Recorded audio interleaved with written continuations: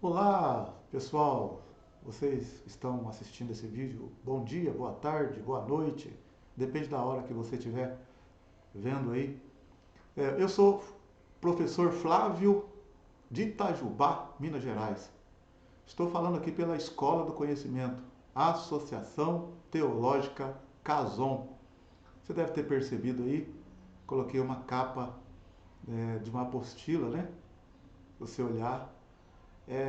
Nós estamos hoje aqui pensando, né, em trazer para você uma palavra sobre a matéria A Estrutura da Igreja. Dá uma olhadinha na capa para você ver.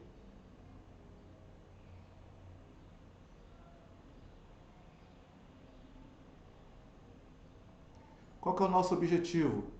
Falar como, desde de Adão, né, de uma forma assim geral, falar de Adão até Moisés, como que era a estrutura da adoração ao Senhor, como que era, vamos dizer assim, os cultos ao Senhor.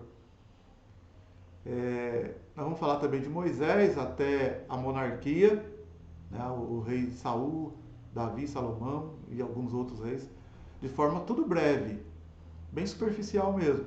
Depois vamos falar como que era a adoração coletiva, individual, no período da monarquia até ao exílio na Babilônia.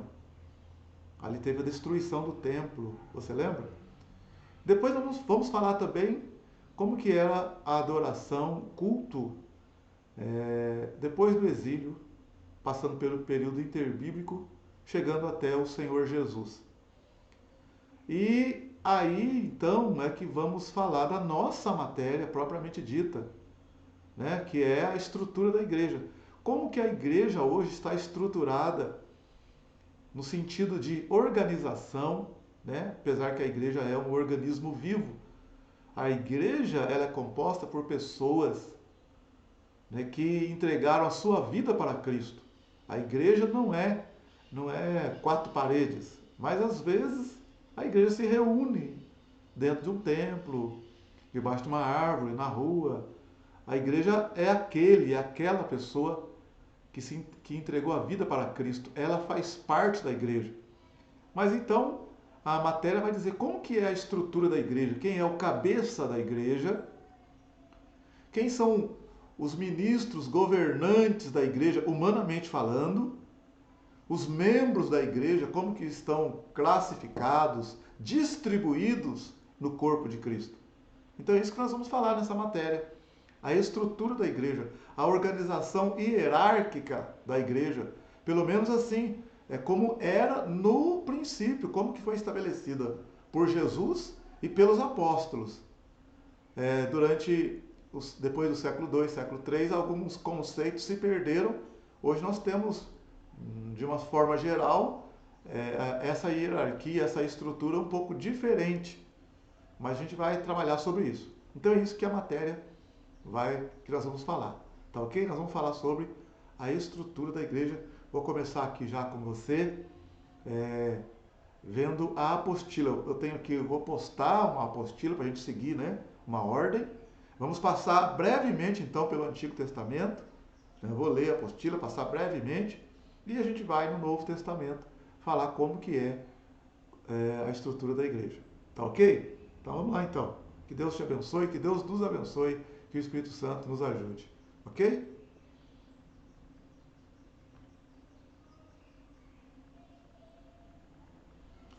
A estrutura da igreja. Introdução. É importante frisar que o estudo sobre a estrutura do corpo de Cristo ajudará o aluno a compreender como a igreja está organizada, como os ministérios estão distribuídos pelo Espírito Santo no corpo. Nessa matéria será falado também sobre os títulos dentro do corpo de Cristo. Deus, desde o Antigo Testamento, vem falando sobre um mistério que estava oculto, aguardando a revelação. O mistério que estivera oculto dos séculos e das gerações, agora todavia se manifestou aos seus santos, aos quais Deus quis dar a conhecer qual seja a riqueza da glória desse mistério entre os gentios, isto é, Cristo em vós, esperança da glória. Também vamos estudar e perceber que antes da manifestação da Igreja do Senhor Jesus, Deus deixou um modelo de organização para o exercício da adoração, estabelecendo normas e regras para a celebração das cerimônias. Então, nesse primeiro momento, nós podemos observar que a Igreja do Senhor Jesus, ela era um mistério que estava oculto, que o Antigo Testamento não revelou, não foi revelado. Mas se nós lermos a carta de Paulo aos Efésios, no capítulo 2, no capítulo 3, esse Colossenses que nós acabamos de postar para vocês aqui, nós vamos ver que a igreja era um mistério que estava oculto, mas que foi revelado aos apóstolos, principalmente por meio de Paulo, como que deveria ser a formação da igreja, a estrutura da igreja. Porque no Antigo Testamento, se você olhar, de forma assim, de Moisés em diante, Deus escolheu um povo, o povo de Israel, depois de Moisés. E por meio desse povo, Deus estabeleceu o tabernáculo, a adoração, o culto, e depois ali o templo, né, com Salomão, está lembrado disso? E depois o templo foi destruído, depois reconstruído. Depois é que entra no tempo de Jesus, que quando Jesus vem, ele diz assim, ó, edificarei a minha igreja e as portas do inferno não prevalecerão contra ela. Então é Jesus que vai estabelecer a igreja.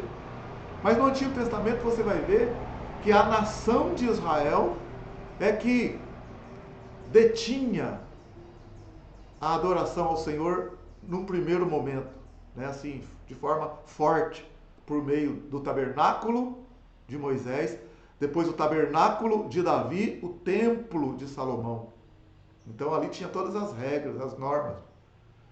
Agora, a igreja foi estabelecida por Cristo, Cristo é o fundamento da igreja. Então a igreja é uma coisa nova, assim que surgiu com Jesus. E se você ler comigo lá em Efésios, olha para você ver. Efésios, no capítulo 2 de Efésios, vamos ver. Capítulo 2, no verso 11,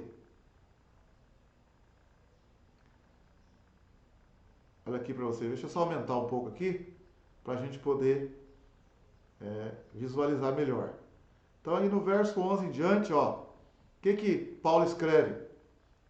Portanto, lembrai-vos de que vós, noutro tempo, erais gentios na carne e chamados incircuncisão, pelos que na carne se chamam circuncisão, feita pela mão dos homens.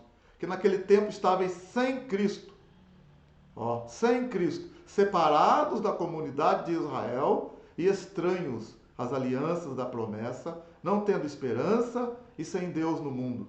Mas agora, em Cristo Jesus, vós que antes estáveis longe, já pelo sangue de Cristo, chegaste perto.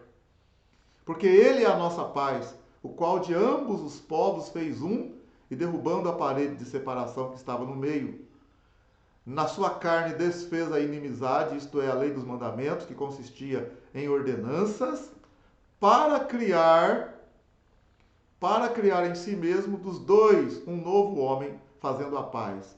E pela cruz reconciliar ambos com Deus em um corpo, matando com ela as inimizades. E vindo, ele evangelizou a paz a vós, que estáveis longe, e aos que estavam perto. Porque, olha aqui, ó, porque por ele ambos temos acesso ao Pai em um mesmo Espírito. Assim que já não sois estrangeiros nem forasteiros, mas concidadão dos santos e da família de Deus, edificados sobre o fundamento dos apóstolos e dos profetas, de que Jesus Cristo é a principal pedra de esquina, no qual todo edifício bem ajustado cresce para templo santo no Senhor, no qual também vós juntamente sois edificados para a morada de Deus em Espírito. Aqui ele está falando da formação da igreja, né? Da formação da igreja. Olha aí, ó. Por esta causa eu, Paulo, sou prisioneiro de Jesus Cristo por vós, os gentios. se é que tendes ouvido a dispensação da graça de Deus, que para convosco me foi dada, como me foi esse mistério manifestado pela revelação, como antes um pouco vos escrevi. Por isso, quando ledes, podeis perceber a minha compreensão do mistério de Cristo, no qual, noutros séculos, não foi manifestado aos filhos dos homens, como agora tem sido revelado pelo Espírito aos seus santos apóstolos e profetas. A saber, olha o mistério qual que é, ó, que os gentios são co-herdeiros e de um mesmo corpo e participantes da promessa em Cristo pelo Evangelho. Tá vendo? E ele continua dizendo: do qual fui feito ministro pelo dom da graça de Deus que me foi dado segundo a operação do seu poder. A mim, o mínimo de todos os santos, me foi dada essa graça de anunciar entre os gentios, por meio do Evangelho, as riquezas incompreensíveis de Cristo e demonstrar a todos qual seja a dispensação do mistério que desde os séculos esteve oculto em Deus, que tudo criou por meio de Cristo. Para que agora pela igreja, a multiforme sabedoria de Deus seja conhecida dos principados e potestades nos céus. Então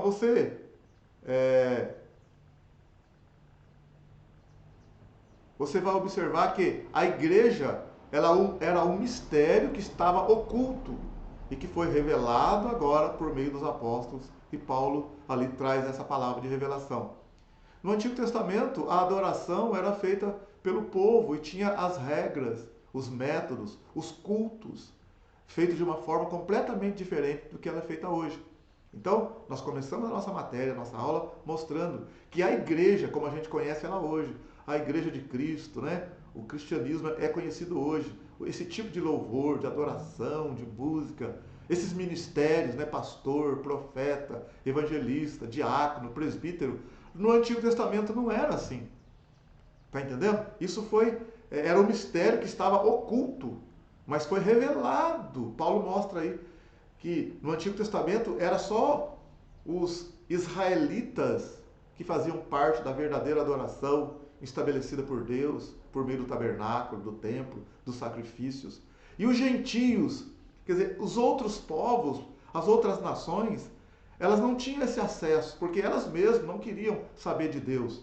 Então Deus escolheu uma nação, escolheu um homem, formou um povo, formou uma nação, a nação de Israel, formada por Abraão, Isaac, Jacó. Deus mudou o nome de Jacó para Israel, formou a nação de Israel, estabeleceu então por meio da nação de Israel, por meio do tabernáculo, dos mandamentos, das leis, das regras, o tipo de culto, né, que ele queria que se fizesse. E os gentios, isto é, aqueles que não eram israelitas, não tinham acesso, a não ser que eles também passassem pela circuncisão e, por meio da circuncisão, fizessem parte das alianças, que era um ou outro estrangeiro que vinha para aceitar a circuncisão, que era estabelecida quando um estrangeiro queria participar da adoração.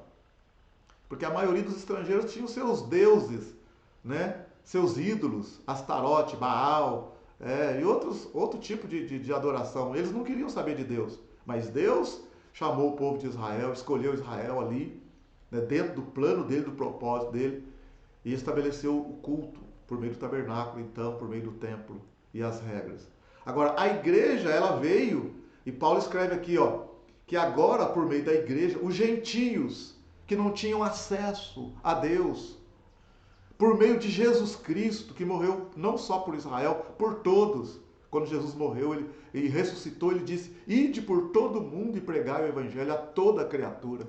Quem crer e for batizado será salvo. Quem não crer será condenado. Então, por meio de Cristo, agora, tanto Israel como os gentios, dos dois povos, né, vamos dizer assim, das duas categorias de pessoas, elas têm acesso a Deus agora, por meio do Espírito Santo, por meio da morte e ressurreição de Cristo.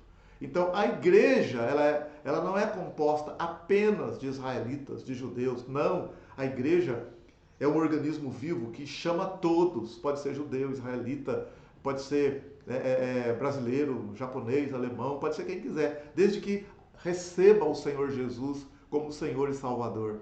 Então a igreja hoje ela tem um jeito de adorar o Senhor. É uma estrutura diferente da estrutura estabelecida no Antigo Testamento.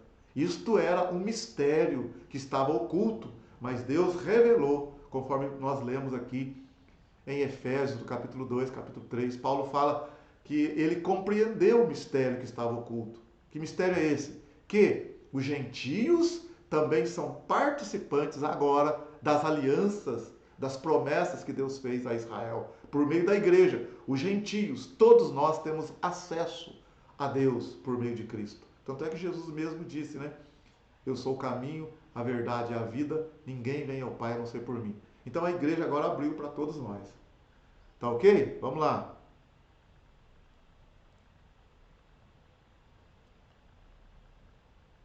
Olha aí para você. Então, no nosso estudo, como nós estamos falando da igreja, é preciso ter a ideia correta da estrutura do corpo de Cristo. Precisamos estar estruturados conforme o plano original de Deus para a igreja, para a sua igreja. Este plano de Deus é eterno. Para formar sua igreja, Deus vai chamar e capacitar, diferente do sistema do mundo que primeiro checa a capacitação e depois chama. No mundo natural, nós olhamos para as pessoas mais humildes e muitas vezes não identificamos a capacidade e nos equivocamos, porque é Deus quem capacita aquele que se dispõe. Eu tenho que buscar o lugar certo, fazendo o que é certo. Eu posso estar no lugar certo fazendo a coisa errada, ou fazendo a coisa certa no lugar errado. Tanto um como o outro não deixa fluir, porque está fora da estrutura do corpo de Cristo. Mão é mão, pé é pé, etc. Dentro da estrutura, nós temos chamados ou ministérios, funções ou papéis. Existe uma ordem e hierarquia dentro do corpo. Cristo é o cabeça, a pedra angular, o dono, fundamento e cúrios, Senhor da igreja. Nós somos os membros. No corpo de Cristo, pode alguém não ter a visão que você tem, ou você não ter ainda a visão do seu pastor.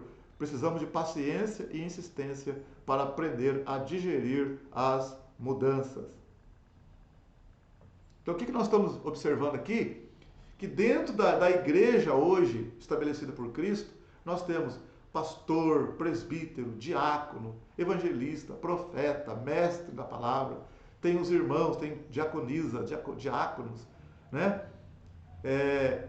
Tem o supervisor, tem a irmã da secretaria, tem da escola bíblica, tem o professor de escola dominical, tem o grupo de louvor. Então, como que é isso, essa estrutura? Como que é isso que nós estamos trabalhando nessa matéria. Tem gente que tem um chamado de Deus para fazer algo dentro do corpo de Cristo, dentro da igreja local, né? Nós não podemos confundir igreja local com a igreja universal, a igreja de Cristo. Mas a igreja local, né, que você frequenta, que eu frequento, ela está dentro do corpo de Cristo. O corpo de Cristo abrange todas as pessoas no mundo todo que entregaram a sua vida para Cristo. Nós temos a igreja local, por exemplo, tem a Assembleia de Deus, Quadrangular, Presbiteriana, tem Ministério ID, tem Ministério do Espírito Santo, tem, né? Essas são igrejas locais. Uma aqui, outra ali, outra lá. Mas a igreja de Cristo, ela é composta por membros de todas as igrejas locais. E de pessoas, às vezes, que ainda não é membro de uma igreja, mas se dispôs a entregar o coração para Cristo. Então, se você olhar de cima do céu, de cima para baixo, na terra, Deus tem pessoas no mundo inteiro. Esse é o corpo de Cristo. E Cristo, Jesus, é a cabeça. Mas como que esse corpo funciona? Tanto de forma mística, de forma geral, como igreja local. Está entendendo? Não podemos esquecer, Jesus é o cabeça. E tem ali os ministérios, os chamados. Deus chamou um para pastor, outro para evangelista, para mestre da palavra, né, para profeta. Chamou alguém para servir, para ser diácono, para ser presbítero. Como que funciona isso? Às vezes você está no lugar certo, mas fazendo a coisa errada. Porque você não tem ainda, não está na hora de você estar naquele lugar. Você está entendendo? Você está no lugar certo, mas você está fazendo as coisas de forma errada ainda, porque você não tem a maturidade ainda para fazer aquilo que você deveria fazer. Ou você está fazendo a coisa certa, mas você está no lugar errado, porque aquele não é o seu chamado. Então você está exercendo apenas um papel, uma função, que é o que acontece em muitas denominações hoje, porque está precisando de uma pessoa para fazer determinada coisa, aí coloca alguém para fazer. Então a pessoa às vezes faz, mas ela não tem o chamado para aquilo, ela não tem, né, a vocação para aquilo, mas ela faz. Então ela está fazendo a coisa certa, mas ela mesma ainda não se identificou com aquilo.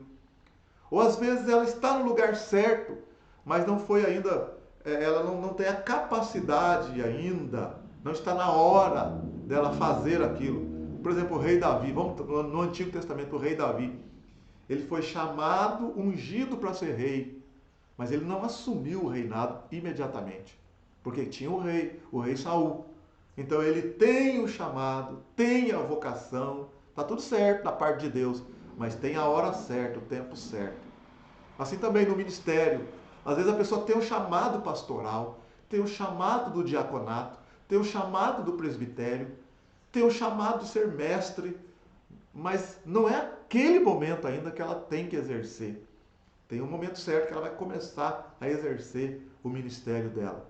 Você está entendendo? Ele chamou uns para pastores, outros para profeta, evangelista, mestre, né, doutores na palavra, para visando o aperfeiçoamento da igreja. Então nós precisamos saber disso, ter a visão. Né? Às vezes a gente não tem uma visão, a gente quer forçar a barra. Ou a gente não entende porque que o pastor colocou fulano ali também. Às vezes realmente foi uma necessidade. Então, às vezes, nós temos que ficar, na verdade, debaixo da submissão do Senhor e da nossa liderança, em oração, em submissão. Não uma submissão cega, mas uma submissão responsável, com diálogo, com inteligência, com temor e tremor.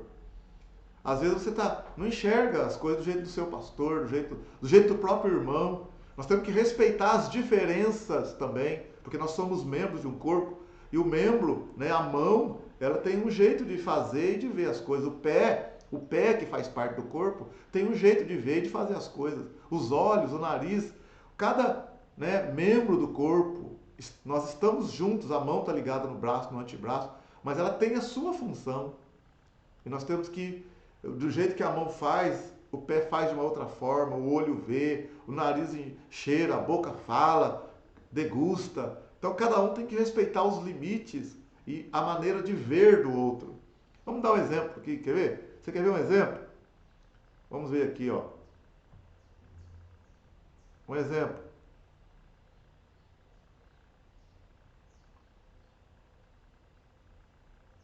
Vamos lá, aqui.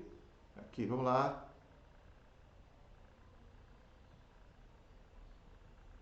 Olha para você ver.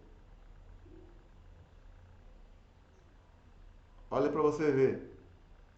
Como nós enxergamos o ministério que Deus nos tem dado? Como que você enxerga aquilo que Deus tem dado para você? Ou às vezes, como que você enxerga o ministério que Deus tem dado na vida de outra pessoa? Olha para você ver essa imagem. O que você está enxergando ali?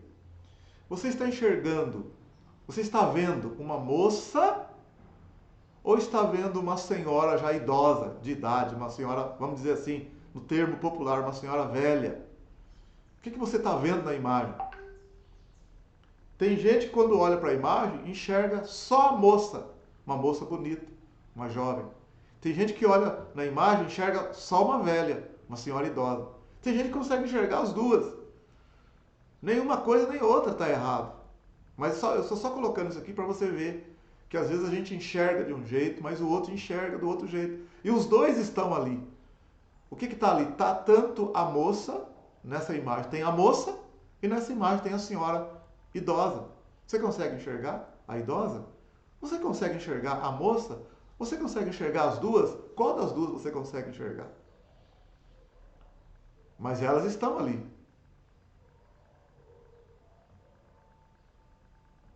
Então você viu essa imagem? É apenas uma coisa ilustrativa para você ver que às vezes nós enxergamos a senhora idosa e falando, não, ali é a idosa que está ali, é uma mulher velha que está ali. E aí chega outra pessoa, não, ali é uma moça. E fica aquela briga dentro da igreja, Não, calma. Precisamos de tempo, às vezes nós precisamos ter empatia para entender e se colocar no lugar do outro. Porque o outro está enxergando de uma forma, eu estou enxergando o outro. Nenhum e nem o outro está errado. Apenas são pontos de vista diferentes. Então isso é muito importante dentro da estrutura do corpo, dentro do corpo de Cristo, para que nós, como membros do corpo, possamos nos relacionar bem, estar bem nos ministérios. Se o irmão tem um chamado assim, se a irmã tem um chamado de outra coisa, um respeitar o outro, porque todos estão trabalhando para um bem comum. O cabeça é Cristo. E temos que obedecer, temer e tremer e temer diante do cabeça do Cristo e amar uns aos outros e respeitar uns aos outros. Está vendo? Pontos de vista diferentes, mas tanto a senhora velha e a moça estão naquela imagem. Qual delas você conseguiu enxergar? Está vendo? Que às vezes você enxergou uma e não enxergou a outra. Ou às vezes você enxergou até as duas. Tem gente que não consegue enxergar a velha ou não consegue enxergar a moça, mas estão ali. Está entendendo? Então, tem um tempo de acomodação da nossa mente. Vamos lá, vamos continuar aqui na nossa aula.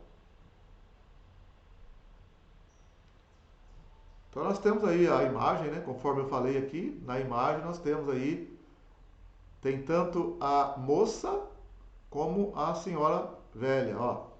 Quando eu olho e vejo a moça, você pode não acreditar porque está vendo a velha. E vice-versa. Cada um de nós tem um tempo de acomodação e ajuste para vermos o todo. Cuidado com o preconceito. As pessoas criam regras, paradigmas que as impedem de realizar coisas diferentes. As boas novas é que podem ampliar essa expectativa para ver as coisas do ponto de vista de Deus. Nós temos aqui Filipenses 2:5 e 1 Samuel 16:7. Né? Em Filipenses 2:5 está escrito lá que nós devemos ter o mesmo sentimento que houve em Cristo Jesus. Né? Que sendo Deus, não usurpou ter a forma de Deus, mas esvaziou-se de si mesmo, se humilhou, né? Tornou-se servo, foi feito homem e foi obediente até a morte e morte de cruz. Pelo que Deus o exaltou soberanamente e lhe deu o nome que está acima de todo nome, para que ao nome de Jesus se dobre todo o joelho dos que estão nos céus, na terra e debaixo da terra, e toda língua confesse que Jesus Cristo é o Senhor, para a glória de Deus Pai. Mas o foco aqui é, na nossa aula, ter o mesmo sentimento que teve Cristo, um sentimento assim de humildade, de compreensão, de não querer ser maior do que ninguém, de expressar a imagem do Deus Todo-Poderoso. Está entendendo? Se humilhou, se esvaziou. Nós devemos nos esvaziar também. Lá em Samuel 16 também, no verso 7, fala, né? E quando o profeta Samuel foi ungir um dos filhos de Jessé para ser o rei de Israel, o Jessé trouxe ali os seus filhos, o mais velho, Eliabe, o primogênito, e ele pensou que aquele seria o moço consagrado. Mas o que aconteceu? Até o profeta Samuel achou que aquele jovem deveria ser o consagrado, o ungido a rei. Olha para você ver o que está escrito na palavra. O que está escrito na palavra? Lá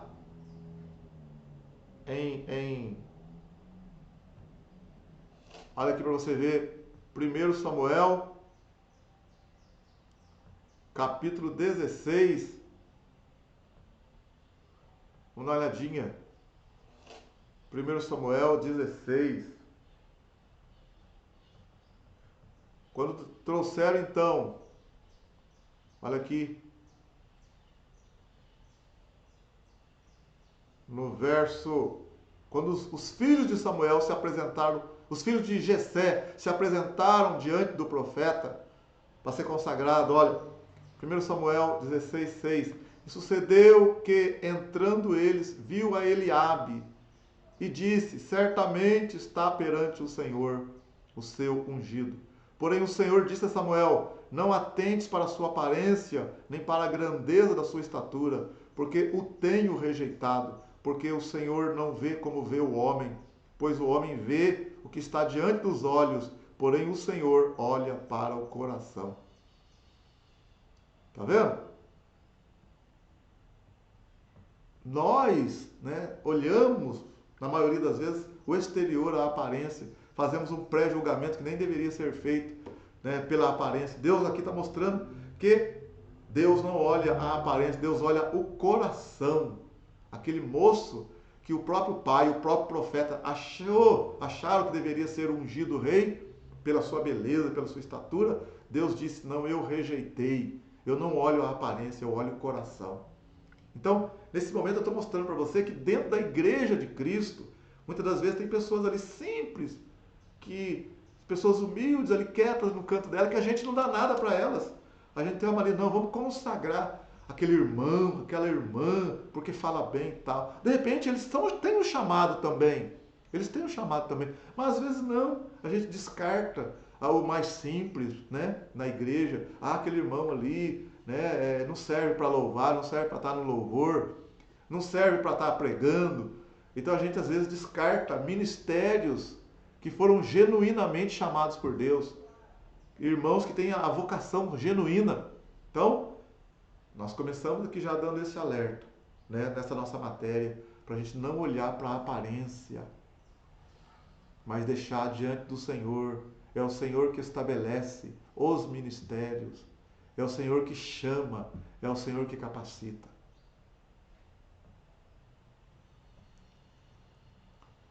Então vamos lá, olha aí. Deus tem um plano e nós precisamos entender esse plano para o corpo de Cristo, para que haja uma justa operação. É preciso entender a importância de cada membro ou parte.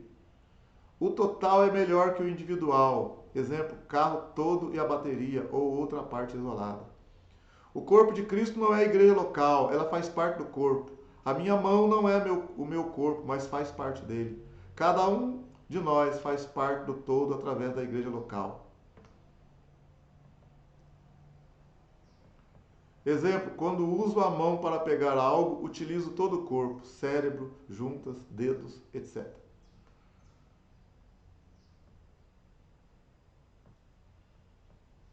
Então aqui nós estamos mostrando, né, em 1 Coríntios capítulo 12, que Paulo escreve lá que nós somos um corpo. Nós somos um corpo.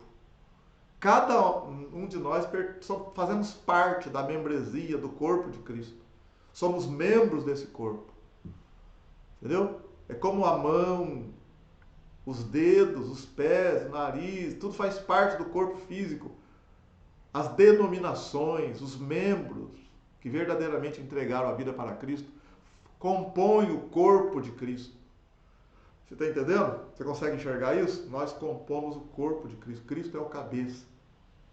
Se a gente olhar lá para você ver na palavra do Senhor, lá na carta de Paulo aos Coríntios, olha para você ver, no capítulo 12,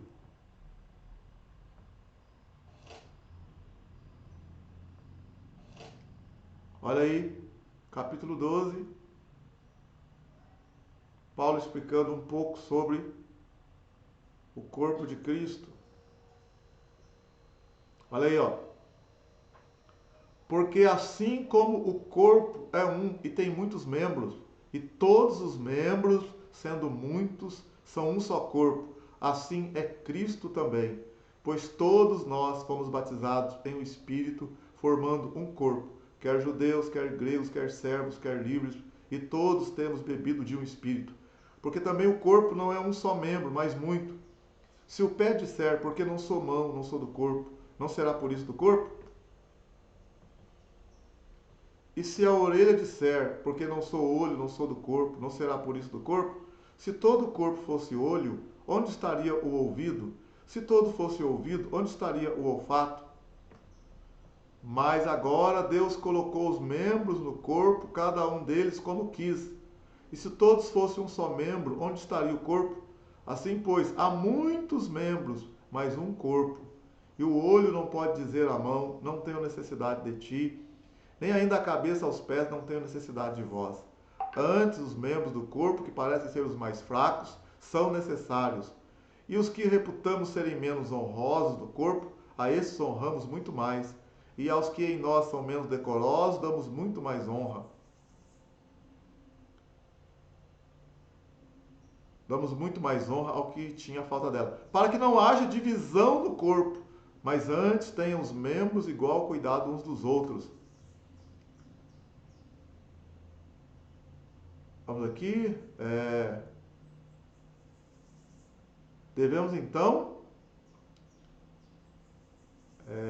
Onde que eu parei? Aqui atrás. Só que Deus colocou. Pera aí, gente. Para que não haja divisão no corpo, mas antes tenham os membros igual cuidado uns dos outros. Devemos cuidar uns dos outros. De maneira que se um membro padece, se um membro padece, todos os membros padecem com ele. E se um membro é honrado, todos os membros se regozijam com ele. Ora, vós sois o corpo de Cristo e seus membros em particular. E a uns pôs Deus na igreja, primeiramente apóstolos, em segundo lugar profetas, em terceiro doutores, né, ou mestres, depois milagres, dons de curar, socorro, governo, variedade de línguas, etc, etc. Então você entende que o corpo tem muitos membros. E nós também, como igreja, como pessoa, fazemos parte do corpo de Cristo, como membros do corpo de Cristo de forma geral. Então, por exemplo, tem as denominações. Você é de uma denominação, eu posso ser da mesma, pode ser de outra.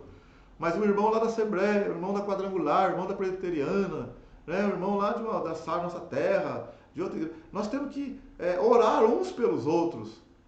Não desejar o mal de ninguém. Por quê? Se o irmão sofre lá, de uma certa forma, aquele sofrimento vai chegar até nós.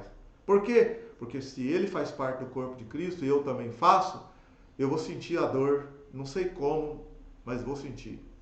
Se ele for honrado lá, de uma certa forma, aquela honra vai chegar até a mim também, porque eu faço parte do mesmo corpo de Cristo que ele faz parte. Então, um cuidado muito grande para a gente não desprezar o irmãozinho lá da Deus é Amor, lá não sei da onde, outra igreja. O irmão lá está numa situação difícil, a gente ficar zombando, querer ser maior, querer aparecer. Não, devemos ter cuidado, ter uma visão de igreja, de corpo. Imagina bem, o dedinho do pé seu, meu, você tropeça, dói, machucou o dedinho. Você acha que a mão vai sorrir? Vai ficar dando risada, o rosto vai ficar alegre? Não, todo o corpo sofre, porque o dedinho machucou, porque o dedão sangrou. Você foi jogar futebol, bateu o joelho no chão, doeu, o corpo inteiro sente. Você estava lavando uma louça lá e de repente quebrou a unha da mão, do dedo, ai que dor, o corpo inteiro sente. Você está entendendo? Mas quando você também põe um sapato bonito, quando você fica elegante, o corpo inteiro se alegra. Uma roupa bonita, o corpo inteiro se alegra. Quando você estava com a dor lá de dente, tomou um remédio. Você estava triste, aí você ficou alegre. O corpo inteiro se regozija, se alegra. Então, quando o membro também, lá da Assembleia, lá da Deus é Amor, da Presbiteriana, ou aqui da sua igreja mesmo, ele se alegrou, ele conseguiu algo, foi abençoado, recebeu uma vitória lá, ele se alegrou, a gente se alegra com ele também. Então, ter essa visão de corpo. É isso que a gente está mostrando para você, nessa estrutura da igreja, nessa aula nossa, nessa disciplina. Também ter uma visão de corpo. Jesus, ele traz esse mistério que é a igreja revelada pelos apóstolos. Né? Ele trouxe a revelação para os apóstolos do mistério que é a igreja. Então, a igreja, nós somos um corpo de Cristo. Devemos estar orando uns pelos outros, honrando uns aos outros, chorando uns com os outros, nos alegrando uns com os outros, entendeu? Como um corpo de Cristo. Não ficando brigando, sabe, de picuinha, fofocando, querendo disputar um com o outro. Não, eu sei que a carne é terrível, a nossa carnalidade grita, mas nós devemos nos humilhar. Né? Jesus morreu por todos nós, sofreu por todos nós. Ele ama a todos nós. Tá ok? Olha aí agora. O propósito, plano eterno de Deus. Olha aí, ó. O propósito, plano eterno de Deus. O plano de Deus é habitar no homem e unido a ele cumprir o seu plano. Sem Jesus, nada podemos.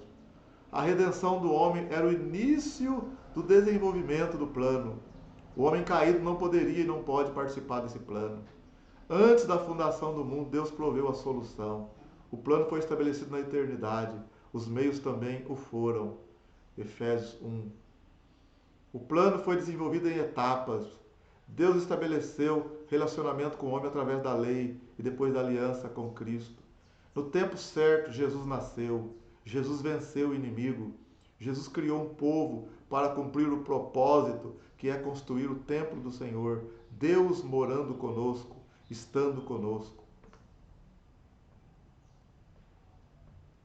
No Apocalipse 21, 22, diz lá que Deus, lá no futuro, né, vai estar habitando conosco. Nós seremos morada, o tabernáculo de Deus, que existe verdadeiramente um tabernáculo nos céus, descerá na terra e teremos novos céus, nova terra, e Deus estará conosco e nós estaremos para sempre com Deus.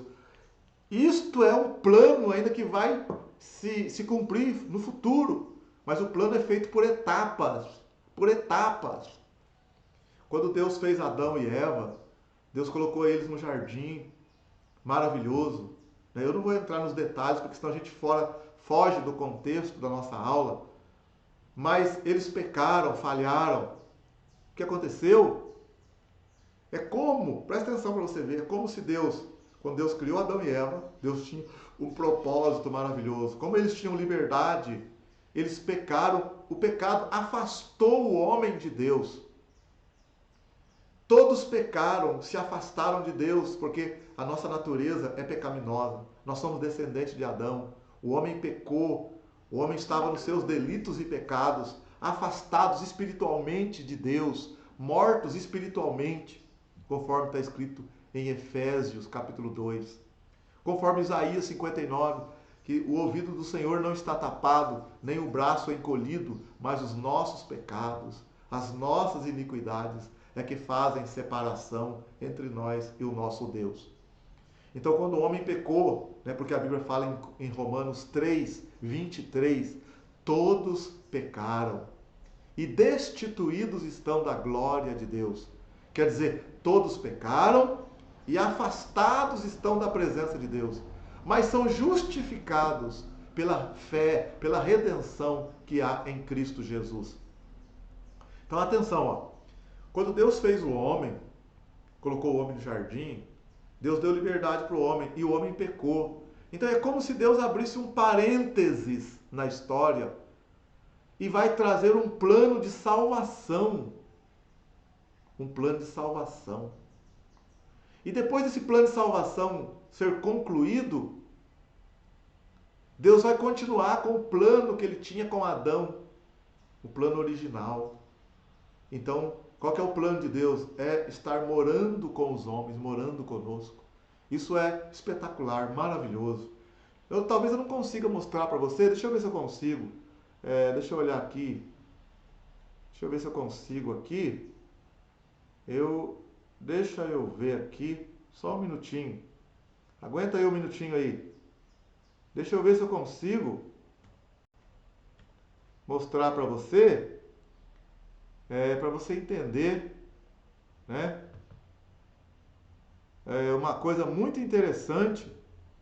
Deixa eu ver se eu consigo abrir aqui. Se eu conseguir, eu vou mostrar para você e você vai conseguir entender. Eu acho que eu vou conseguir, tá? Então olha aqui para você ver, ó. Imagina bem, você que está me vendo aí, me ouvindo. Imagina bem, ó. Deus, não vou conseguir falar tudo, mas olha bem, ó. Deus criou Adão e Eva. Então, ó, Deus tinha um plano maravilhoso para o homem, né? Mas o que aconteceu? O homem pecou. Adão pecou e se afastou de Deus. Então, olha aí, ó, toda a humanidade se afastou de Deus, né? Todos pecaram, não é isso? Mas olha bem o que Deus fez, ó. Então, olha aí, ó. Adão pecou. O que Deus fez? Olha, Deus abre um parênteses. Olha aqui, ó. Ó, vou colocar aqui, ó. Deus criou. Vou aqui de novo, ó. Deus criou o homem. O homem pecou. Então, olha aí, ó. Deus agora vai plano de salvação.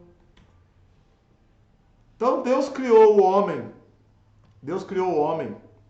E o homem, né? E o homem pecou. O que Deus fez? Deus abriu um parênteses na história. Olha aí, ó. Deus abriu um parênteses. Um parênteses na história. Deus abriu um parênteses aqui para trazer o plano de salvação. Olha aí, ó. Veio, né, as leis de Moisés, né? Veio aí os profetas, etc. Aconteceu tanta coisa até chegar Jesus. Até chegar Jesus. Aí tem, né, a igreja. Aí vai chegar, né, esse é o tempo da igreja, ó. Tempo da igreja. Tempo da igreja. Aí nós vamos chegar lá no Apocalipse, ó. Apocalipse, né? Arrebatamento.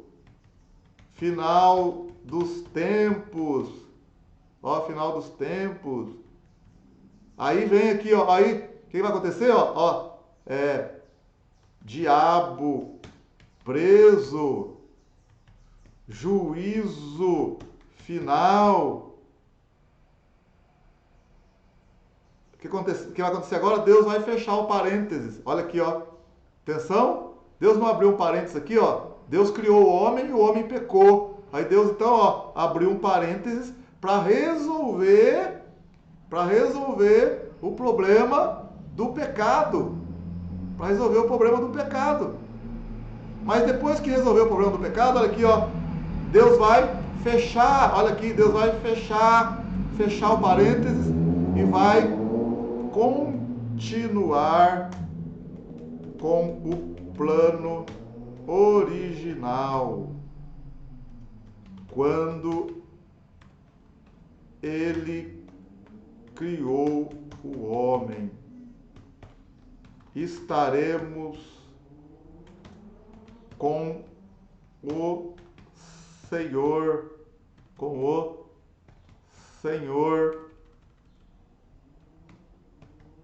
Senhor para sempre. Consegue enxergar isso, ó? Deus criou o homem e o homem pecou. Deus abriu um parênteses para resolver a questão do pecado, né? Para resolver a questão do pecado. Mas quando for resolvido, chegar o final, o diabo preso, juízo, Apocalipse, quando terminar, então, né, vai vir novos céus e nova terra. Deus então vai continuar com o plano original quando ele criou o homem. Estaremos para sempre com o Senhor e o Senhor, né? E o Senhor estará conosco para sempre, né? O Senhor estará conosco para sempre também.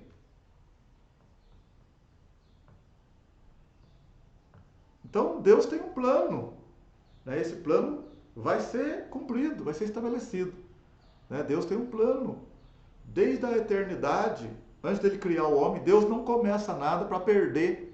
O próprio profeta Isaías fala que Deus, quando começa alguma coisa, ele já viu o fim, né? Então ele já terminou de uma forma assim espiritual, está tudo pronto já. Mas nós estamos vivendo essa vida. As coisas vão acontecer. O plano que Deus tinha com Adão, né? Se Adão não pecasse, né? Mas Adão pecou. Adão é. Você pode falar, mas Adão pecou, eu tenho culpa. Não, mas nós também pecamos, erramos. Adão representa eu, representa você. É a humanidade que peca. Se eu estivesse lá no lugar de Adão, se você tivesse, a gente pecaria do mesmo jeito. Adão representa a humanidade que escolheu o pecado, que escolheu se afastar de Deus. Mas Jesus veio, se fez carne, habitou entre nós para resolver o problema do pecado. Quando isso for resolvido, então o Apocalipse 21, 22, o tabernáculo de Deus desce e Deus estará com os homens para sempre, com aqueles que realmente querem estar com Ele de coração, que escolheram Deus, que receberam a Jesus como Senhor e Salvador. Estaremos para sempre com o Senhor, novos céus e nova terra. Quem não quis, perdeu a oportunidade. Mas hoje ainda é tempo de reconhecer o pecado e aceitar a Cristo como Senhor e Salvador para participar do plano maravilhoso que Deus tinha com Adão, tem ainda comigo, com você, mas nós estamos dentro desse parênteses para resolver, para Deus resolver a questão. Mas depois que fechar o parênteses, continua. Você já viu aquela, por exemplo, você fala assim, você fala assim, você está conversando com alguém que, alguém estrangeiro, por exemplo, alguém estrangeiro. Aí você fala para ele assim, hoje nós vamos comer uma feijoada e depois nós vamos descansar um pouco e passear. Aí a pessoa fala assim, não entendi o que você quis dizer com esse negócio de feijoada. Aí você fala assim, vou explicar para você, hoje nós vamos fazer uma feijoada.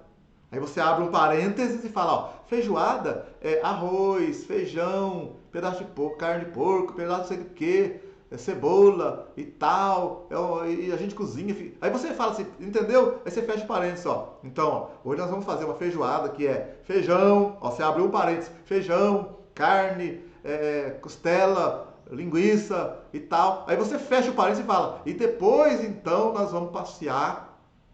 Tá entendendo? Então, nós vamos fazer uma feijoada, você abre um parênteses, vai resolver um problema. Qual o problema? O cara não entendeu o que é feijoada. Você vai explicar o que é feijoada dentro do parênteses. Aí quando você fecha o parênteses, você continua fazendo aquilo que você disse lá. Você falou, vamos fazer uma feijoada, e você põe uma vírgula depois do parênteses, você fala, e depois nós vamos passear, vamos divertir. O parênteses, a abertura do parênteses e o fechamento foi para explicar, para resolver um problema. Mas depois você continuou o que você pretendia. Então, quando Deus criou o homem, criou Adão e Eva, Deus tinha um propósito, mas o homem pecou. Então é como se Deus abrisse um parêntese na história para resolver o problema do pecado. Né? Ele fala lá em Gênesis 3,15 para o diabo, da semente da mulher vou trazer um que vai pisar na tua cabeça, mas você vai ferir o calcanhar dele, ele vai tirar o teu poder, pisar na tua cabeça. Então, o parênteses está aberto. Deus, dentro desse parênteses, vai prover o meio de salvação por meio do chamado de Abraão, da criação do povo de Israel e por meio de Jesus, que vem resolver o problema do pecado.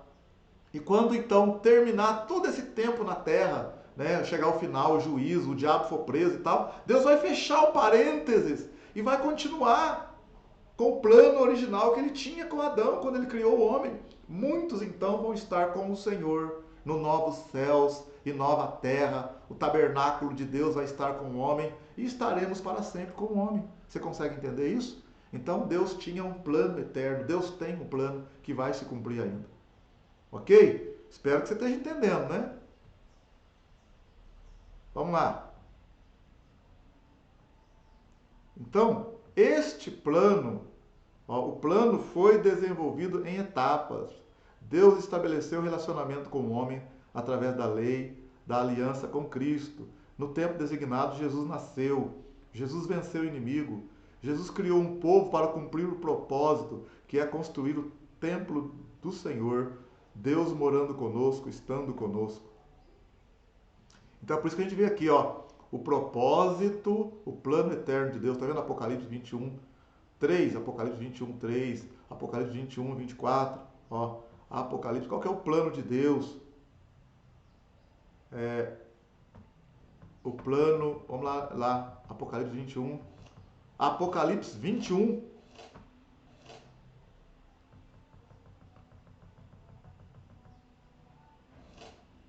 Apocalipse 21, olha aqui.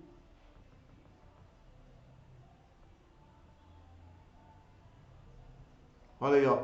E vi um novo céu e uma nova terra. Aliás, vamos olhar aqui, ó, um pouquinho para cima, ó. E deu o mar os mortos que nele havia, e a morte e o inferno deu os mortos que neles haviam, foram julgados cada um segundo as suas obras. E a morte e o inferno foram lançados no lago de fogo. Esta é a segunda morte. E aquele que não foi achado escrito no livro da vida foi lançado no lago de fogo. E vi um novo céu e uma nova terra, porque já o primeiro céu e a primeira terra passaram, e o mar já não existe. E eu, João, vi a santa cidade, a nova Jerusalém, que de Deus descia do céu, adereçada como esposa ataviada para o seu marido. E ouvi uma grande voz do céu que dizia: Eis o tabernáculo de Deus com os homens, pois com eles habitará, e eles serão seu povo, e o mesmo Deus estará com eles, e será o seu Deus. Está vendo? E Deus limpará de seus olhos toda lágrima, e não haverá mais morte, nem pranto, nem clamor, nem dor, porque já as primeiras coisas são passadas. Está entendendo? Maravilha! Consegue entender que Deus tem um plano maravilhoso para a humanidade?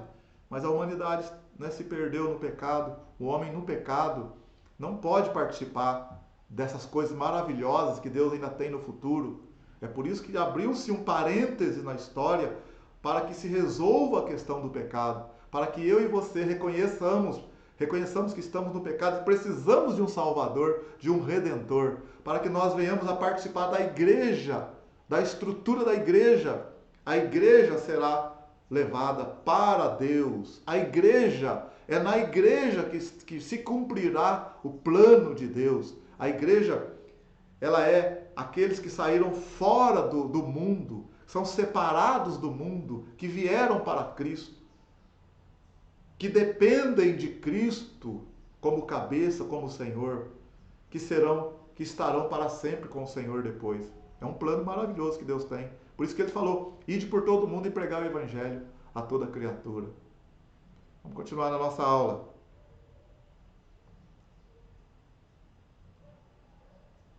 Olha agora, ó, a formação da estrutura e os templos na antiga aliança, da criação ao êxodo, a recusa do homem em obedecer a Deus incondicionalmente foi a recusa a uma adoração ao Senhor com base em sua verdade revelada. Podemos entender pelos textos bíblicos que o culto ao Senhor era familiar, centrado no altar. Ali Deus e a família se encontravam e havia sacrifícios de gratidão, sacrifício de expiação de pecados. Então o que nós estamos mostrando aqui? Ó? Da criação de Deus, quando Deus criou os homens, até chegar a Moisés, como que era feita a adoração? Como que o homem cultuava a Deus? Era tipo assim, familiar. Não tinha um templo, uma igreja como tem. Não tinha igreja. Né? Eles faziam sacrifício de animais, adoravam ao Senhor, a família se reunia ao ar livre, construía altares, né? Abraão construiu, o Noé, o Abel, né, levou um sacrifício para Deus, Caim levou um sacrifício que Deus não se agradou. Então, estou mostrando aqui como que era no Antigo Testamento, bem de forma breve mesmo, para você, porque o nosso foco vai ser a igreja. Por isso que eu não estou entrando em detalhes para você. Então, ó, nós vamos falar aqui, ó, da criação até Moisés, foi por meio de sacrifícios, tá? Assim, de reuniões, o animal era sacrificado, Deus aceitava o sacrifício, morria o cordeiro. Aí vai entrar a lei de Moisés, que realmente vai ser estabelecido ali, como que deveria ser o culto ao Senhor. que vai entrar a questão do tabernáculo. Olha para você ver agora, olha aí, ó. Nós temos aí então agora, primeiro aqui, né? Da criação até o êxodo, até Moisés, era feito sacrifícios de gratidão, expiação de pecados, sacrifícios. Aí do êxodo, né, de Moisés até a monarquia, até os reis, né, Saul, Davi, Salomão, o Senhor revelou um modelo de culto a Moisés. O tabernáculo, Deus estabeleceu o tabernáculo lá no Êxodo 25, né? Deus ordenou que o modelo mostrado no monte deveria ser seguido rigorosamente, a fim de que o projeto final saísse perfeito. Esse foi o período do tabernáculo, a habitação simbólica de Deus. Embora portátil, era um palácio. Todo tabernáculo e seus utensílios expressavam a pessoa de Deus, seus atributos, sua presença, seu relacionamento com o povo e como o povo respondia a Deus. As prescrições para aproximação e purificação eram rigorosas e foram dadas pelo próprio Deus a Moisés. Então olha bem, da criação, né, de Adão até Moisés, o modelo de culto a Deus era de um jeito. Era familiar, patriarcal, a família se reunia, as pessoas se reuniam, faziam sacrifícios a Deus, ao ar livre ou em casa.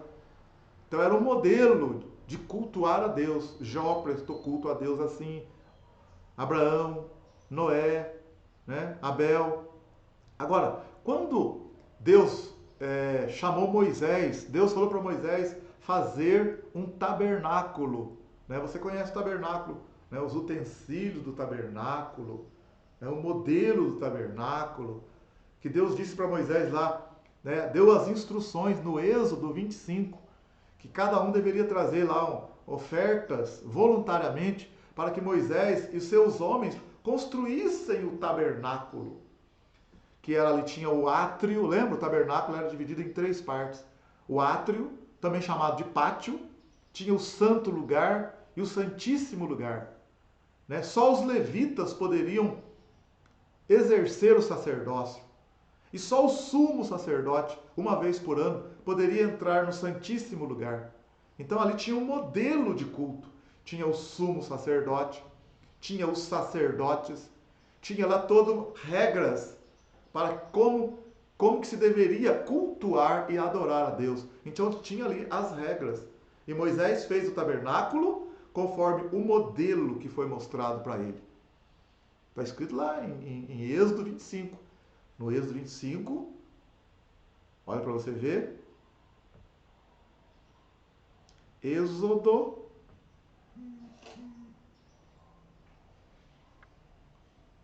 25. Vamos colocar aqui, Êxodo 25. Só para você observar que Deus falou para Moisés fazer o tabernáculo, né? Olha aí. Então falou o Senhor a Moisés, dizendo: fala aos filhos de Israel que me tragam uma oferta alçada. De todo homem cujo coração se mover voluntariamente, dele tomareis a minha oferta alçada. Então vai trazer uma oferta, né? E que mais? O que mais que Deus pediu? Aí Deus disse, né? Para cada um trazer algo para ele, né?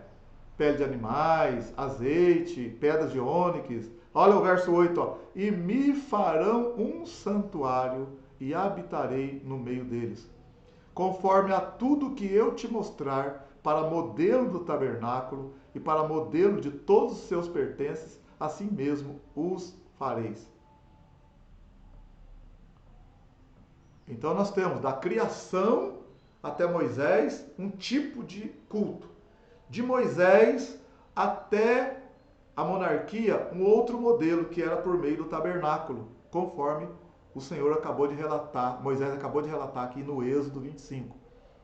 Aí nós temos também que depois do tabernáculo de Moisés tem o tabernáculo de Davi. Lembra lá que Davi vai tirar a arca do tabernáculo e vai levar a arca para Jerusalém. Porque o rei Saul, antes de Davi, isolou o tabernáculo. O rei Saul não buscou a Deus, o tabernáculo ficou isolado, ficou lá jogado. E quando Davi assume o reinado, você lembra da passagem que ele vai trazer a arca? E ele traz a arca de forma errada, de forma indevida, e até morreu lá o rapaz chamado Uzá. Ele ficou triste, Davi ficou triste, mas Davi vai buscar como que se deveria carregar a arca. Ele olha lá e descobre que a arca só poderia ser transportada pelos levitas. Aí ele traz a arca então e coloca a arca na tenda de Davi. Então nós temos também esse momento da tenda de Davi. Então, do Êxodo até a monarquia, nós temos o tabernáculo de Moisés e a tenda de Davi, ou o tabernáculo de Davi.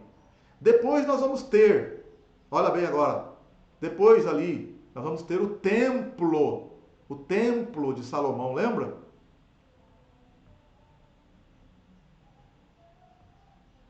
Olha agora aqui, ó. Da monarquia ao exílio. Foi o período de maiores mudanças e centralidade do culto. O povo ia reunido para adoração ao Senhor. A orientação para o serviço sacerdotal permanecia válida.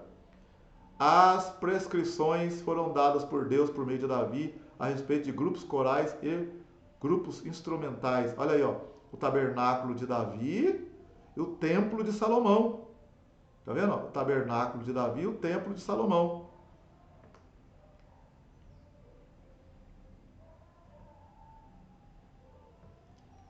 Eu falei, né, de Moisés até a monarquia, né, o tabernáculo e o tabernáculo de Davi. Mas nós podemos falar assim, ó, de Moisés até a monarquia, o tabernáculo de Moisés.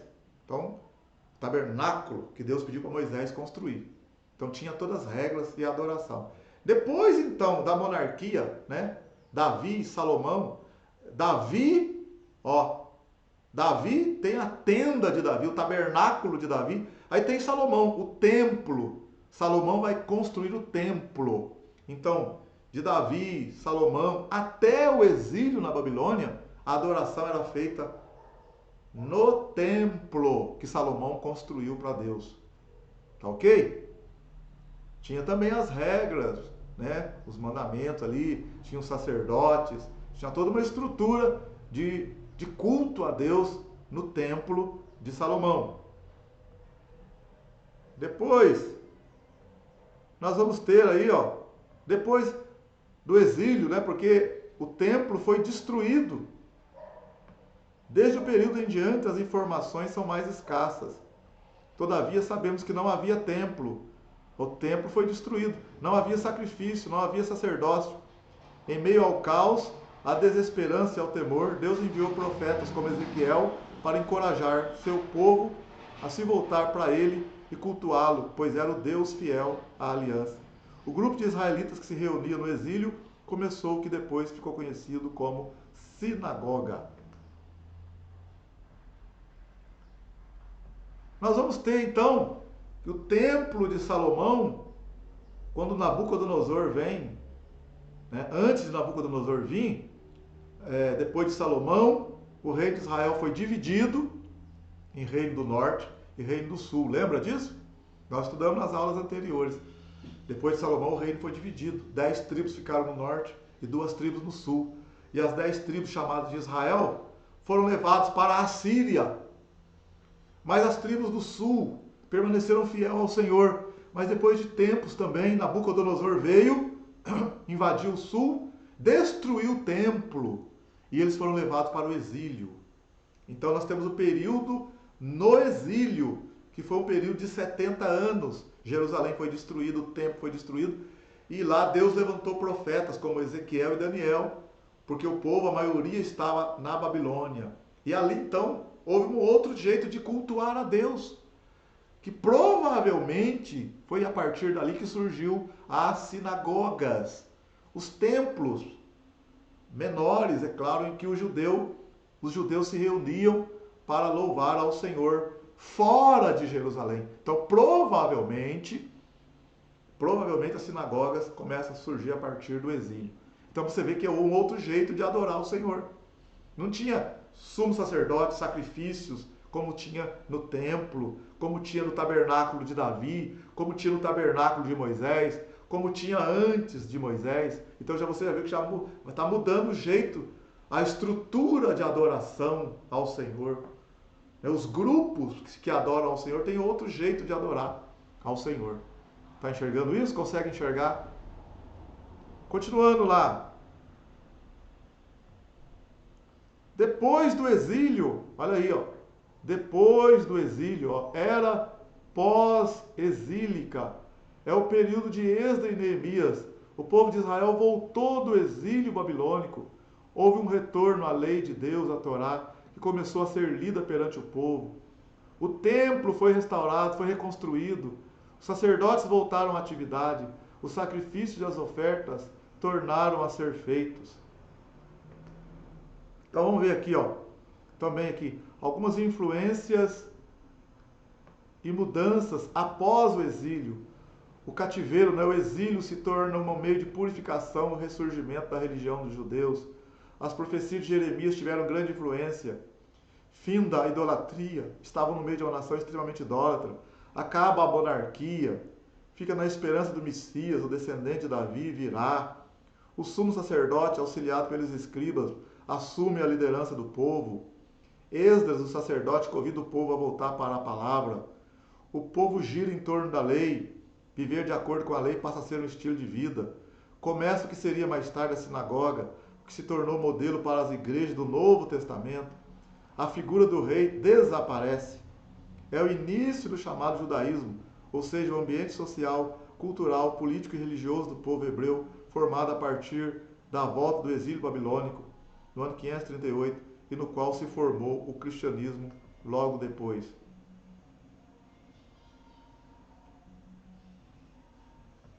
Então, olha bem, nós vamos ter, depois do exílio,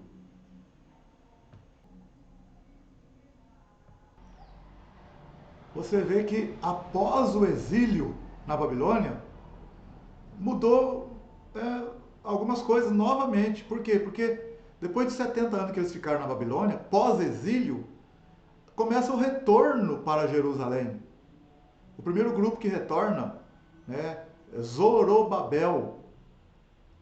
Ciro, rei da Pérsia, passou, né? Esdras, capítulo 1, fala, no livro de Esdras, no capítulo 1, fala do primeiro retorno, pós-exílio, dos judeus que estavam na Babilônia, voltaram para Jerusalém. Zorobabel no comando, eles vão começar a reconstruir o templo de Salomão que havia sido destruído. Está entendendo? Então vai haver a reconstrução do templo e vai novamente voltar aquele modelo de cultuar a Deus, de estrutura, de organização, de cultos dos sumos sacerdotes, levitas, aquelas coisas todas vão voltar novamente pós-exílio. Tá ok? A figura do rei desaparece. Pensa bem pra você ver, ó. O rei Zedequias, os últimos reis lá, Nabucodonosor veio, invadiu Jerusalém, destruiu o templo, levou o pessoal para a Babilônia. Então Jerusalém está destruída. Não tem rei, o rei morreu, o rei foi preso. Eles ficaram 70 anos na Babilônia. Lá eles começaram a cultuar a Deus por meio das sinagogas, provavelmente por meio das sinagogas, porque lá o profeta Ezequiel, Daniel ajudaram também, né? Então tinha um modelo de culto. Depois que eles começaram a voltar do exílio, pós-exílio, vão reconstruir o templo, vai voltar aquele modelo, né, de sumo sacerdotes, e não tem rei. O sumo sacerdote vai ter um ofício muito importante em Jerusalém. E é a partir então do pós-exílio que vai vir o governador Neemias, depois vem Esdras, depois Neemias se torna governador ali. E a figura do sumo sacerdote é muito forte. E vai entrar então um período interbíblico, nesse estilo de culto a Deus, por meio do templo que foi restaurado. Né? Aí vai vir a história de Ageu, Zacarias, Malaquias. Tá entendendo? Aí vai entrar o período interbíblico. Até então, terminar o período interbíblico, que vem o domínio, os babilônicos perderam o domínio para os medos persas, depois os persas são dominados pelos gregos, né? Depois o Império Grego é dividido para os seus 4 principais generais, Cassandro, Lisímaco, Ptolomeu, Seleuco, os generais gregos que tomam conta da região, né, do domínio da Ásia Menor, do Oriente Médio ali, né, do Egito, da Síria. E depois, então, vai ter o domínio dos Macabeus. O que é a revolta dos Macabeus? É no período interbíblico, que eles vão se revoltar contra os gregos, que querem colocar o politeísmo, a adoração grega dentro do templo. Então tem uma revolta dos judeus, a revolta dos Macabeus. Depois é que vem o Império Romano. Tá entendendo? Aí o Império Romano, Herodes, reformou o templo, aumentou o templo. Ele permite a adoração dos judeus no templo. Aí então vai nascer Jesus. Mas durante esse período, antes de Jesus nascer, surgiu a religião judaica. O judaísmo surgiu. Nesse período pós-exílio, surge o judaísmo, praticamente como religião. Aí no período interbíblico vai surgir os fariseus, os saduceus, os zelotes, os essênios. Jesus nasce, quando Jesus tem 30 anos, ele começa o seu ministério e ele então vai estabelecer a igreja. Então aí vai mudar completamente de novo, né, completamente a estrutura de adoração e de culto a Deus. Você consegue entender isso? Vamos fazer aqui mais uma leitura de algumas definições de títulos que tinha de líderes no Antigo Testamento. Ainda estamos no Antigo Testamento, ok? Essa primeira disciplina nossa aqui, esse primeiro momento nosso aqui, eu estou só no Antigo Testamento. No outro vídeo eu vou falar do Novo Testamento, da igreja pós de Jesus para frente. Eu vou falar agora aqui alguns conceitos do Antigo Testamento. Vamos olhar aqui. Olha bem, alguns ofícios no Antigo Testamento. A palavra ministério significa cargo, incumbência, função, profissão, função de ministro. Quanto ao ministro, as definições, ao que parece, tornam-se mais abrangentes, porém mantendo o mesmo padrão de relação. Vejamos. O que significa ministro? Do latim ministro, criado, servo, servidor. Aquele que executa os desígnios de outrem, medianeiro, intermediário, executor, auxiliar.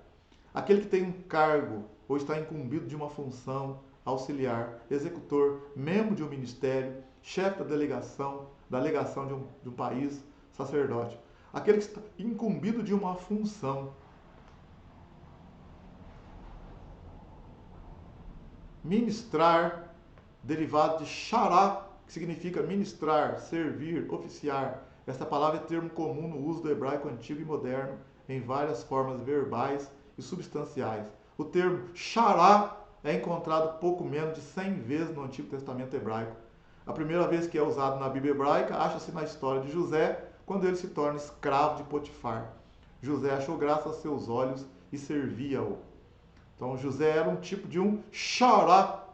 Esta palavra deve diferir de abad, de onde provém o termo que alude ao trabalho mais servil, ou seja, escravo ou servo. Isto é, porque xará é usada, xarat é usado de forma mais direta a serviço, feito por trabalhadores domésticos régios, ou seja, que estavam de serviço na casa real ao rei. Ainda dentro do contexto, porém, com uma ideia moderna de funcionário público, o termo é usado em referência a funcionário da corte e escravos reais. No caso de Esther também. Nas referências citadas é comum encontrar palavras como servos, criados, copeiros, oficiais, eunucos. Além desse significado, xarat é usado como termo especial para designar o serviço, ministério na adoração.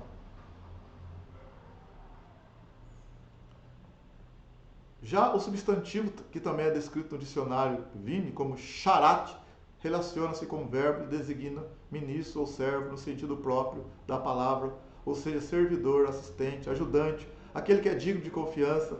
Esse substantivo é aplicado aos anjos como ministros de confiança de Jeová.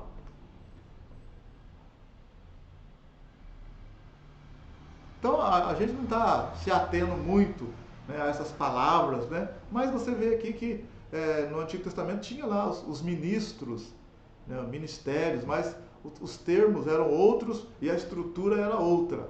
Né? A palavra ministro é apenas aquele que serve, né? Aquele que serve. Né? A palavra, né, hebraica, sharat, é servo. Né? Ebad, já é um tipo de um servo mais inferior. Mas ministério é o serviço, ministro. Hoje a pessoa fala, sou ministro na casa do Senhor. Ministro é aquele que serve, aquele que trabalha, aquele que cumpre ordens. Mas a palavra tomou uma conotação assim, né? Muito cheia de status. Mas na verdade a palavra ministro apenas significa servo, aquele que ajuda, aquele que trabalha, aquele que executa uma obra. Tá ok? Vamos lá. Continuando. Ministros no Antigo Testamento. Sacerdote, né, hebraico, Corém. Sacerdote era aquele que levava as questões do povo até Deus, trabalhava nos rituais do tabernáculo, era uma pessoa muito respeitada pelo povo. Levita, um levita era como o próprio nome declara, um descendente da tribo de Levi. Era a tribo escolhida por Deus para exercer o sacerdócio. Profeta é aquele que recebe a mensagem de Deus e passa para o povo. Geralmente era muito respeitado pelo povo. Juiz, definição no dicionário, aquele que tem o poder de julgar, e tem o mesmo significado da palavra hebraica shapata, a qual significa julgar, livrar. Eram homens e mulheres levantados por Deus para livrar o povo em tempo de guerra e crise. Eram capacitados pelo Espírito Santo para julgar e liderar o povo. Aí temos aqui também o chefe, né? Chefe. A palavra no Antigo Testamento hebraico referindo-se a chefe é sar e tem um significado correlato com oficial, líder, comandante, capitão, chefe, príncipe, governante. Em diversas aparições do texto, sar se refere à tarefa de governar, como por exemplo a ocasião de Êxodo 2,14, que traduz-se aqui por líder, governante e juiz, como também em Êxodo 18,25, o chefe do exército de Israel era chamado de sar. Então nós temos aí, ó, né? Alguns termos no Antigo Testamento, né? Eu não coloquei ali, tem o sumo sacerdote, tem o sacerdote, né? O sacerdote era aquele que leva as coisas do homem para Deus. Então, o sacerdote, ele representa o homem diante de Deus. Sacerdote. O profeta é aquele que representa Deus diante do povo. Então tinha a figura do profeta. A figura do levita, a tribo que foi, os levitas, a tribo que foi escolhida para exercer o sacerdócio. Não podemos esquecer também que da tribo de Levi, né, era dividida em coatitas, meraritas e coatitas, meraritas e gersonitas. Não podemos esquecer disso. Mas isso é apenas para título de... Não precisa ficar, né? Nossa, quanta coisa e tal. Então nós temos a figura do sumo sacerdote, do sacerdote, que representa o homem diante de Deus, do profeta, que representa Deus diante do homem, dos levitas, que trabalhavam no sacerdócio, né?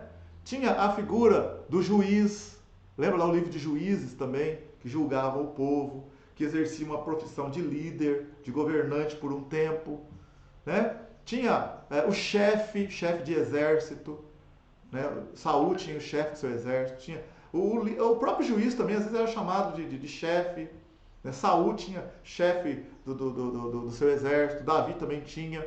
Então nós temos essas figuras no Antigo Testamento, né? No tempo de Davi, por exemplo, tinha os cantores que ministravam, tinha os porteiros, né? Tinha lá toda a escala, no tabernáculo de Davi tinha toda uma escala. Então, na verdade, gente, você que está me ouvindo aqui, essa primeira aula é é para mostrar para você que desde quando Deus criou o homem, houve uma estrutura de adoração ao Senhor, desde a criação.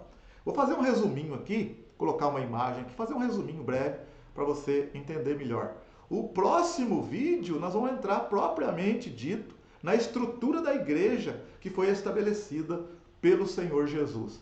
Então esse primeiro vídeo aqui é uma introdução, na verdade, mas é necessário, se faz necessário para a gente saber como que tudo começou, de onde surgiu a igreja, como era antigamente, como que os primeiros homens faziam. Então, né, claro que se faz necessário esse primeiro vídeo.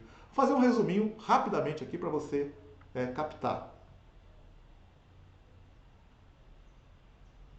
Então nós temos aqui, ó,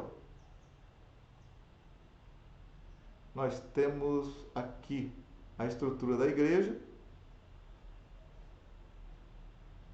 Olha aí, a nossa aula, né? A estrutura da igreja. Mas uma introdução, como vídeo introdutório. Nós temos aqui, ó, uma linha do tempo. A formação da estrutura e os templos na antiga aliança até a igreja do Senhor. Quer dizer, Antigo Testamento e Novo Testamento. Nós temos então, ó, nós temos o Antigo Testamento, ó, Antigo Testamento, deixar bem claro, Antigo Testamento e o Novo Testamento. No Antigo Testamento, olha lá, ó, desde Adão, começamos em Adão então, né, e vamos até aqui de uma forma geral, lá, ó, novos céus e nova terra. Mas, ó, de Adão até Moisés, ó, de Adão até Moisés, nós temos da criação ao Êxodo. O modelo era um modelo de culto por meio de sacrifícios. Abel ofereceu sacrifícios, Caim ofereceu, foi rejeitado, mas ofereceu. Noé ofereceu sacrifícios. Abraão, né, os patriarcas, Jó ofereceu sacrifício também. Nós temos depois, olha aí, ó. Olha aí agora, do Êxodo até a monarquia, nós temos o tabernáculo de Moisés. Também podemos citar o tabernáculo de Davi, né? Então nós temos aqui, ó, de Moisés, Josué até os reis, até o rei Saul. Depois nós temos, olha aí, ó, da monarquia até o exílio, nós temos o templo de Salomão. Ó, da monarquia, né, pós-Davi, né, Salomão, nós temos o templo de Salomão, que vai até o exílio, quando eles vão para o cativeiro, ó, vão para o exílio, cativeiro na Babilônia. Depois do cativeiro, depois do exílio, olha lá, ó, era pós-exílio, pós-cativeiro. Nós temos a reconstrução do templo por Zorobabel, o segundo templo, e também as sinagogas. Tá vendo? Segundo templo e as sinagogas. Então tinha toda uma estrutura no Antigo Testamento, na Antiga Aliança. Até então que vai passar o período, eles vão retornar no caso, e vamos chegar até a vida de Jesus. A vida de Jesus e a criação da igreja. Aí vai ter então depois a criação da igreja. Tá bom? Tranquilo aí? No próximo vídeo nós vamos falar sobre a igreja, como que é a estrutura real da igreja. Voltando aqui então na nossa apostila. Nós vamos na próxima aula falar aqui do Novo Testamento, a igreja do Senhor Jesus. Como que ela foi edificada, como que ela foi estabelecida e como que é a estrutura dessa igreja. Tá ok? Então, gente, esse vídeo de forma resumida, como que era a estrutura de adoração no Antigo Testamento, que era por meio de sacrifícios, depois pelo tabernáculo de Moisés, depois o tabernáculo de Davi, né, a tenda de Davi, com as suas regras também, e depois no caso de Davi, aqui já era um pouco mais aberto, a tenda de Davi, Davi colocou cantores, o povo já tinha um pouco mais de acesso ali. Depois o tabernáculo, depois o templo de Salomão, né? O templo de Salomão até o exílio, quando o templo foi destruído. E eles foram para a Babilônia, ficaram 70 anos longe de Jerusalém, longe do templo. E também ali provavelmente surgiu as sinagogas, que são semelhantes a templos que nós temos hoje, para você entender, né? Locais onde o povo se reunia, grupos de pessoas para poder adorar o Senhor na Babilônia, já que eles estavam longe do templo e o templo também havia sido destruído. Agora, depois que eles estavam no exílio, eles começaram a retornar depois de 70 anos. Terminou o exílio, começou o retorno. O primeiro retorno com Zorobabel, que está relatado no livro de Esdras, no capítulo 1, e no final de 2 Crônicas, também, capítulo 36. Vai falar do retorno de Zorobabel, que vai reconstruir o templo. E ele vai ter a ajuda dos profetas Ageu e Zacarias. Então vai ter a reconstrução e vai ter de novo o modelo de ministros, no caso, sumo sacerdote, levitas, sacrifício, aquelas regras que tinha no tabernáculo de Moisés, elas são quase que semelhantes, né, ao templo também, passadas para o templo. Aí vamos entrar no período interbíblico,